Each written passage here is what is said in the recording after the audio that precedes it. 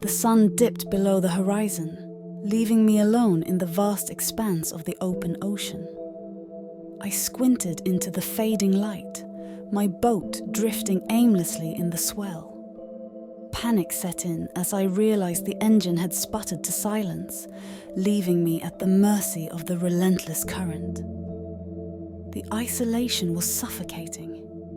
The only sounds the creaking of the boat and the rhythmic lapping of waves against its sides. As darkness enveloped me, I fumbled for the flashlight, its feeble beam casting long, uncertain shadows across the deck. My surroundings became an impenetrable void.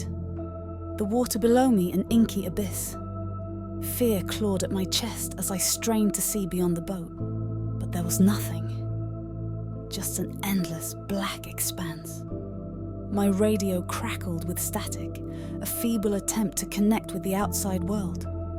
Desperation gripped me as I pleaded into the microphone, my words swallowed by the oppressive silence. The realization sank in. I was truly alone, abandoned by technology and at the mercy of an indifferent ocean. Hours stretched into an eternity as I huddled in the boat's small cabin, the dim glow of the flashlight my only company. The rhythmic rocking of the vessel became disorienting, each creak and groan a spectral whisper in the night. Sleep eluded me. Every sound, every movement seemed magnified in the oppressive stillness. With the first light of dawn, a perverse hope blossomed. I scanned the horizon for any sign of rescue, but the sea remained a featureless plain. The boat, a speck in the vastness, seemed insignificant in the grand tapestry of the ocean. The isolation intensified, a heavy weight settling on my shoulders. Days turned into nights, and I rationed my supplies with growing anxiety. The ocean, initially a source of awe, morphed into a malevolent force. The waves whispered secrets, and the wind carried ghostly voices. Shadows danced on the periphery of my vision, elusive spectres that vanished when I turned to face them.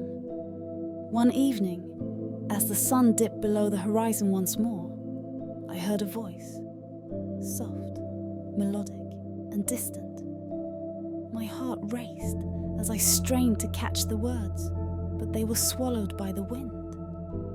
I stood on the deck, peering into the encroaching darkness.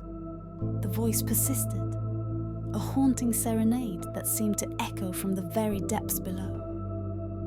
Driven by a desperate need for human contact, I grabbed the flashlight and scanned the water. The beam caught something, a silhouette on the edge of the light's reach. A figure, barely distinguishable, bobbed on the surface. Hope surged within me, and I fumbled for a lifebuoy, tossing it towards the mysterious presence. As the lifebuoy sailed through the air, the figure emerged into the light.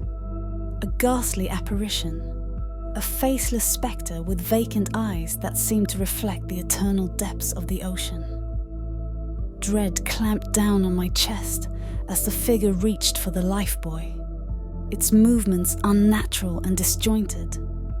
I stumbled backward, my mind grappling with the impossibility of what I was witnessing. The figure, now clinging to the lifebuoy, stared at me with hollow eyes.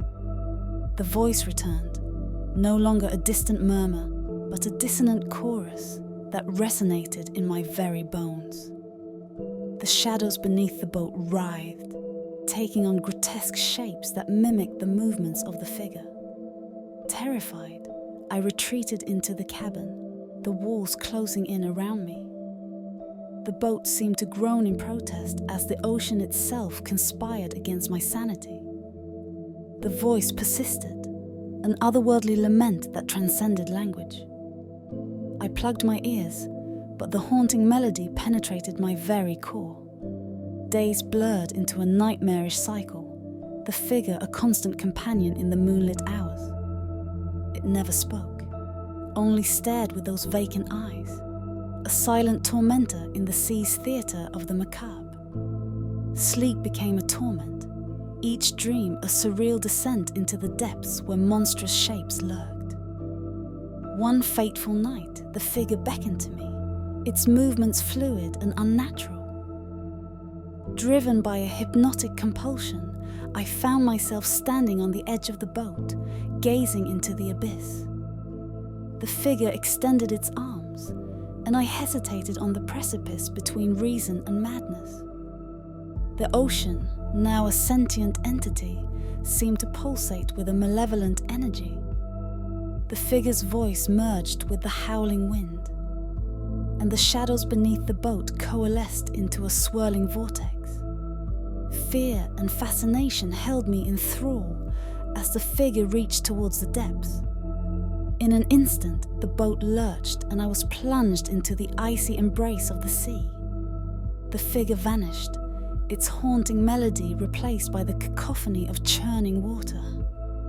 Panic surged as I fought against the current, the abyss below me a gaping maw. The ocean, once indifferent, now seemed enraged, a tempest of fury and despair. I struggled to stay afloat, the cold seeping into my bones. Above, the boat bobbed like a phantom, its lights flickering in the distance. Desperation fueled my strokes as I swam towards it, the ocean resisting my every effort. As I reached the boat, the deck seemed to heave beneath me. The figure, its form distorted and grotesque, emerged from the cabin. Its voice, now a guttural wail, echoed in the night. I recoiled in horror as the figure reached out, its touch sending a shockwave of dread through my being. In that moment, the ocean seemed to reclaim me. The boat disintegrated into mist, the figure dissolved into shadows, and I was left alone in the black void. The haunting melody persisted, a requiem for the lost. I sank into the abyss, the ocean swallowing me whole. The last vestiges of consciousness slipped away as the depths embraced me, an eternal resident of the haunting unknown, a phantom in the expanse of the endless sea.